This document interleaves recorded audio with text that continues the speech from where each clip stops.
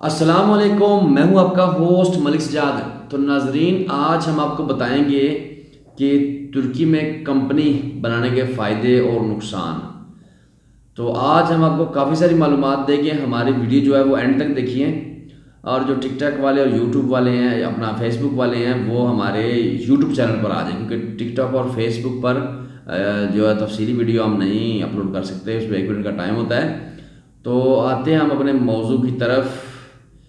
आप पाकिस्तान से आए हैं तुर्की में, आपने टीआरसी कार्ड ले लिया।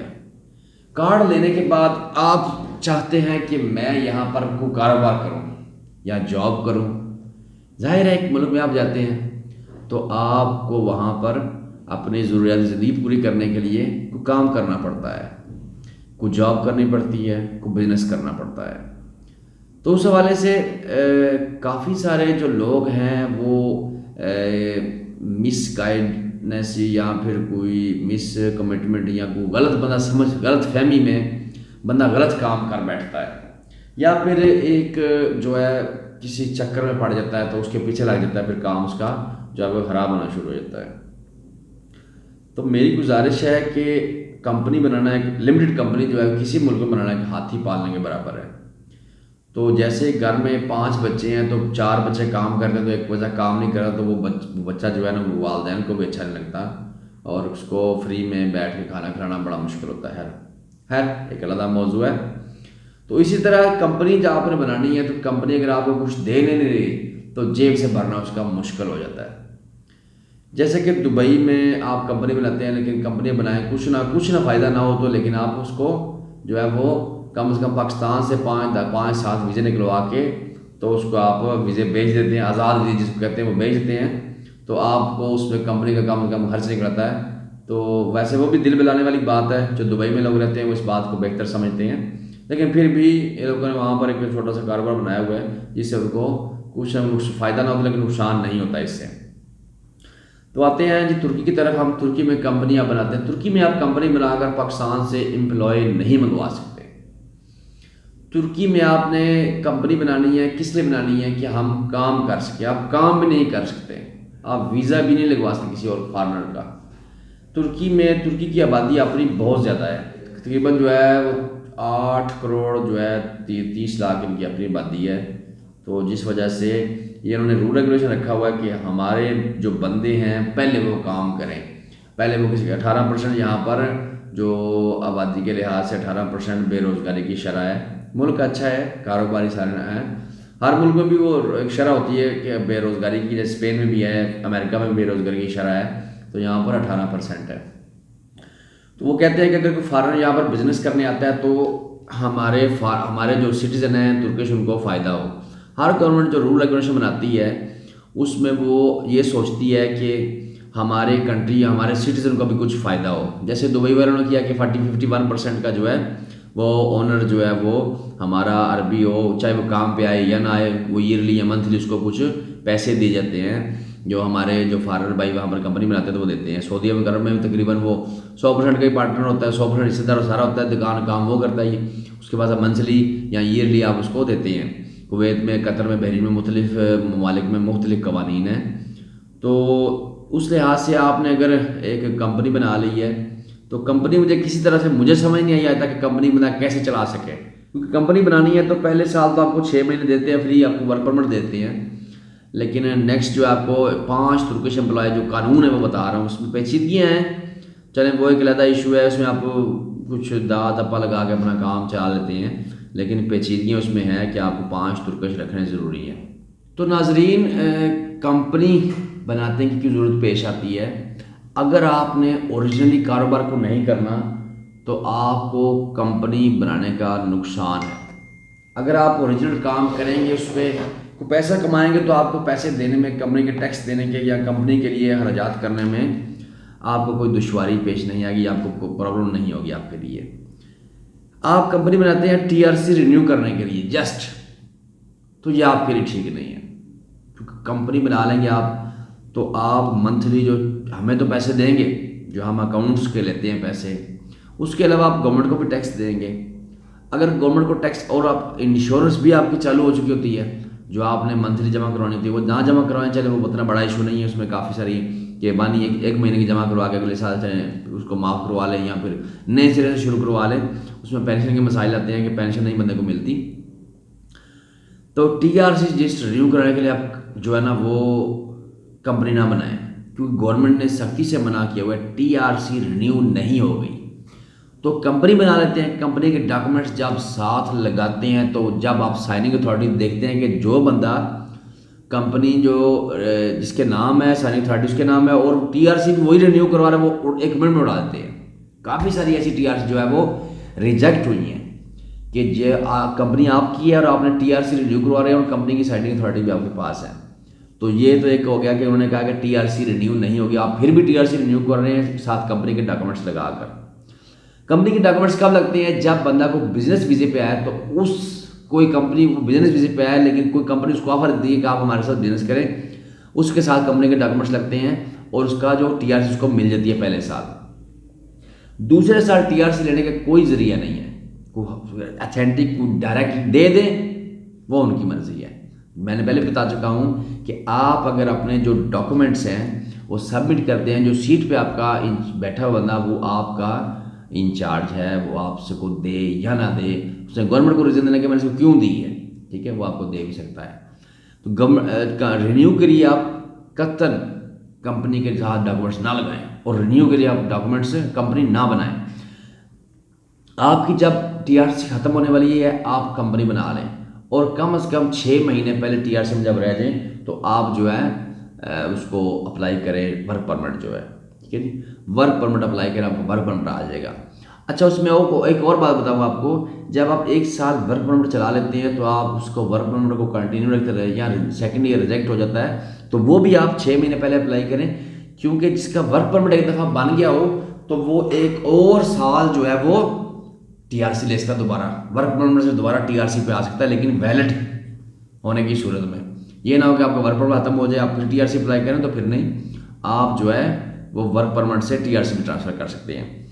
अच्छा, उसके बाद आपको कंपनी बनाने का क्या फ़ायदा होगा कि आप कहते हैं कि हमें फैमिली मंगवानी है तो हम कंपनी बनाएं। जी हाँ, आप कंपनी बनाएंगे तो आपका पाकिस्तान जो आपके बीवी और बच्चे, फैमिली से मुराद बीवी बच्चे और माँ बाप हैं, इनके वीज़े आसानी से लग जाएंगे आपका जो टैक्स नंबर की वजह से।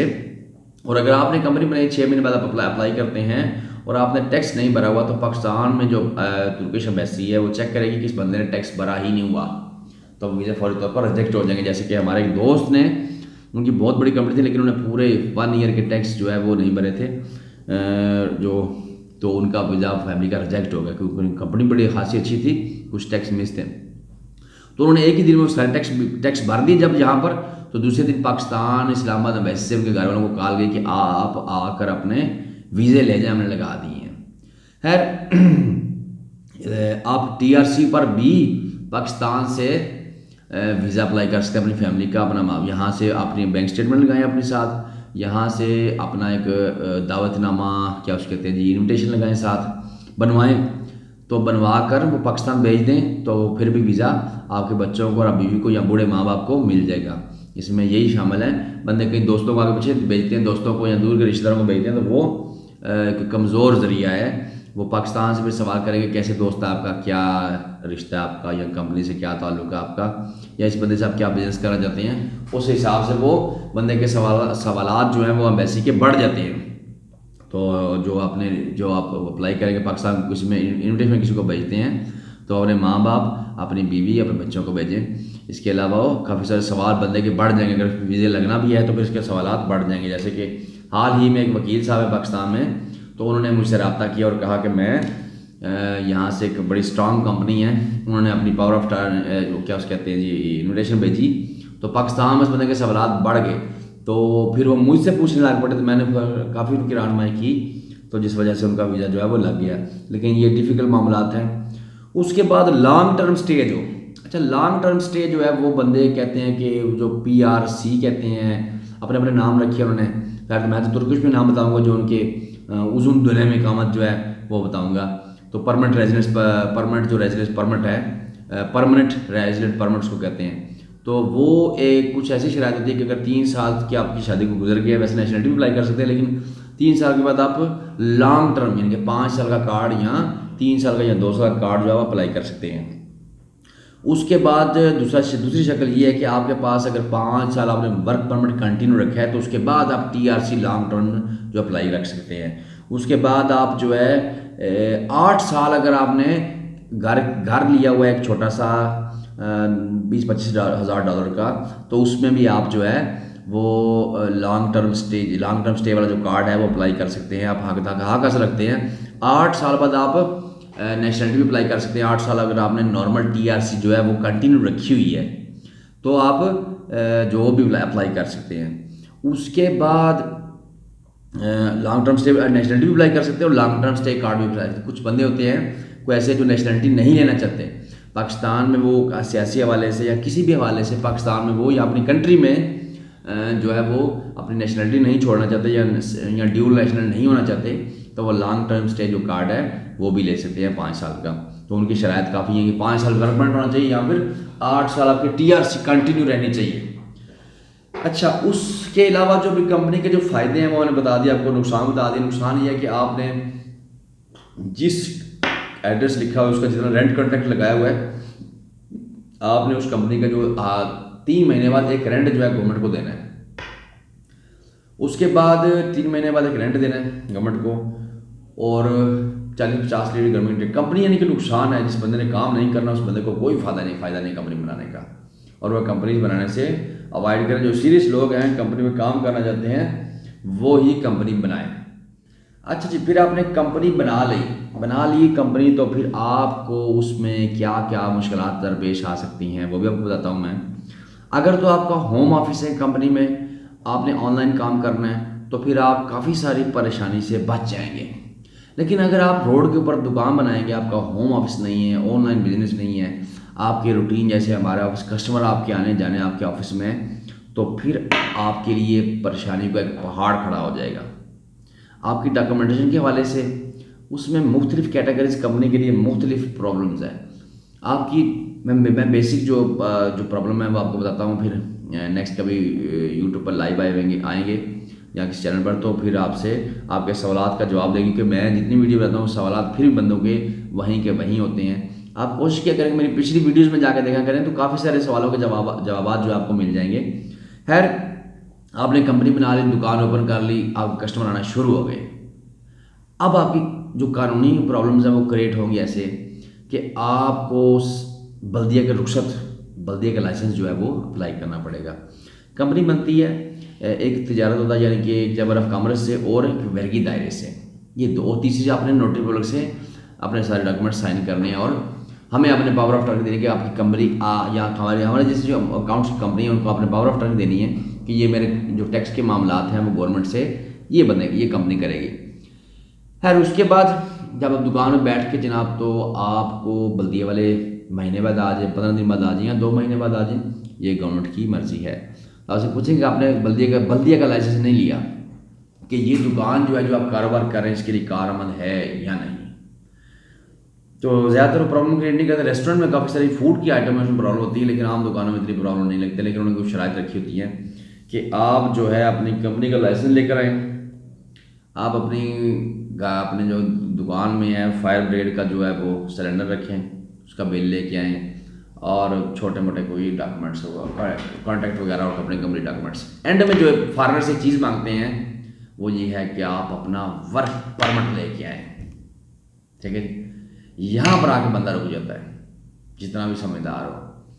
तो फिर इसको क्या पकड़ना पड़ेगा कि फिर जाएगा ये डॉक्यूमेंट्स बल्दिया जाएगा कि लाइसेंस। फिर मैं तो मशवरा बंदों को ये देता हूँ, ये जितना टाइम निकल जाए वो निकलवाने, बाकी आप वर्क परमिट की तैयारी करें। मैं बंदे को साथ लेके जाता हूँ बल्दिया के ऑफिस में, और वहाँ से उनको टाइम लेता हूँ 1 महीने का, कि 1 महीने में डॉक्यूमेंट्स पूरे कर लूँगा।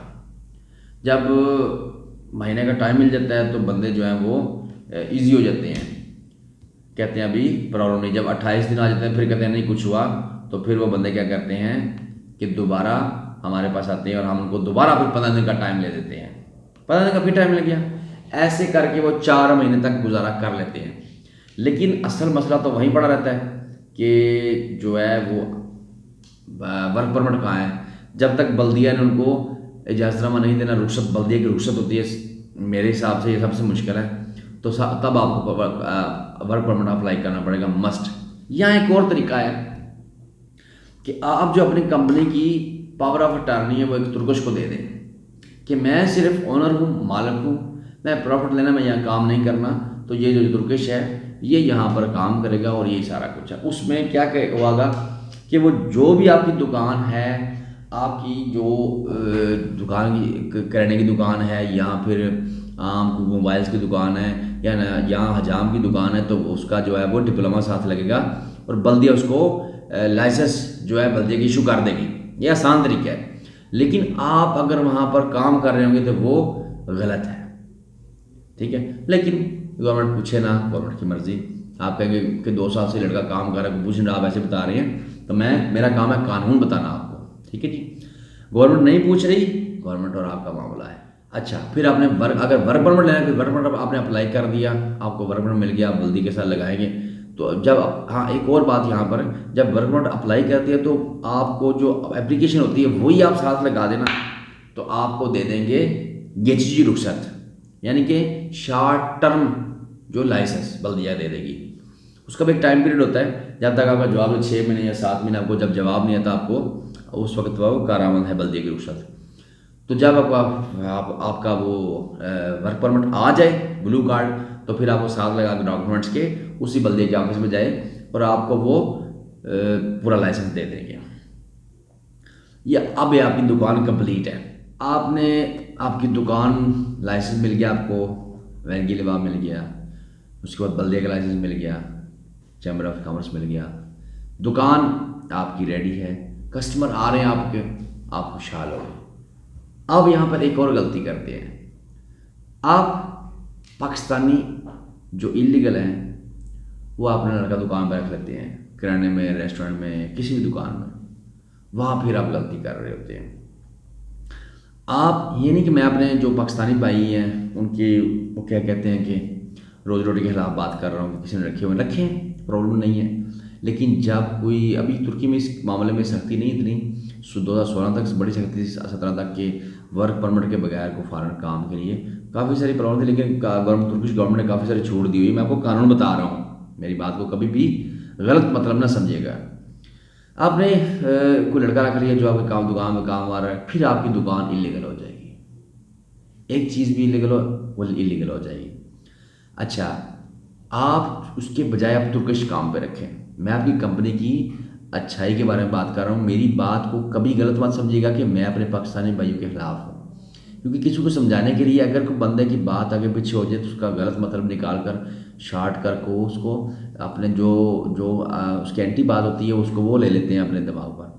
तो मुझे काफ़ी सारे मैसेज आते हैं तो कि आप जो है वो ये काम इतने में कर रहे हैं, इतने में कर रहे हैं, तो आप वजन करें, वो खुद कर लें, कोई मरोड़ नहीं। ऑनलाइन अगर काम सारे होते हैं तो खैर मैं आपकी इंशाल्लाह मदद के लिए काफ़ी, आप मुझे कॉल्स करते हैं तो माजरत चाहता हूँ, मेरे जहन में बात थी, कभी कभार कॉल्स मिस हो जाती हैं क्योंकि मैं भी इंसान हूँ, फिर 16 घंटे यहाँ पर काम करते हैं, तो फिर उसके बाद छोटे मोटे काम अपने भी ज़्यादा करने होते हैं। खैर आपने कार्ड ले लिया, आप कोशिश करें उसके बाद कि आपकी कंपनी भी बड़ी फर्स्ट क्लास है, लेकिन आपने तुर्किश एम्प्लॉय रखें, 1 रखें, 2 रखें, जिसका जो इंश्योरेंस है, सिक्योरता है वो गवर्नमेंट को जाए, और आपकी जितना आपका टैक्स जाएगा उतनी कंपनी आपकी स्ट्रांग होगी। तो वीडियो काफ़ी लंबी हो रही है जनाब, तो अभी मैं चाहता हूँ कि वीडियो यहाँ पर क्लोज़ करूँ, बाकी इस तरह की वीडियो और बनाऊँगा तो फिर आपको इस बारे में काफ़ी अभी मेरी काफ़ी सारी मालूमात है, लेकिन मुझे टाइम अभी नहीं मिलता। आप लोगों की मोहब्बत है कि जो ऑफिस में काम आता है वो काम भी फिर करना पड़ता है, तो आपके भी काम होता है, तो मैं कॉल कभी मिस हो जाए टेलीफोन पे तो मारना चाहता हूँ, क्योंकि आप लोगों के, आप भाइयों के काम हो रहा होता है, किसी को जो आप आते हैं तो वो उनका काम कर रहे होते हैं। तो अभी से काफ़ी सारे मेरे बाकी रह गए, लेकिन वीडियो काफ़ी मुबशर कह रहा है जी काफ़ी वीडियो लंबी हो रही है, तो अगली वीडियो में आपको इंशाल्लाह समझाने की कोशिश करूँगा अच्छे तरीके से। तो मेरी वीडियो एंड तक देखिए, जिसमें आपका भला है। मैं हफ्ते में 1 वीडियो डालता हूँ या 2 डालता हूँ, क्योंकि काफ़ी काम की मसरूफ़ी की वजह से वीडियो नहीं डाल सकते। अपनी दुआ में याद रखिएगा जी, और हमारे चैनल को लाइक करें, सब्सक्राइब करें, शेयर करें और बूस्ट कर दें इसको। यार अभी तो काफ़ी टाइम हो गया है देखते बंदे 15,000 हैं और जो है वो सब्सक्राइब नहीं आप करते। अल्लाह हाफ़िज़।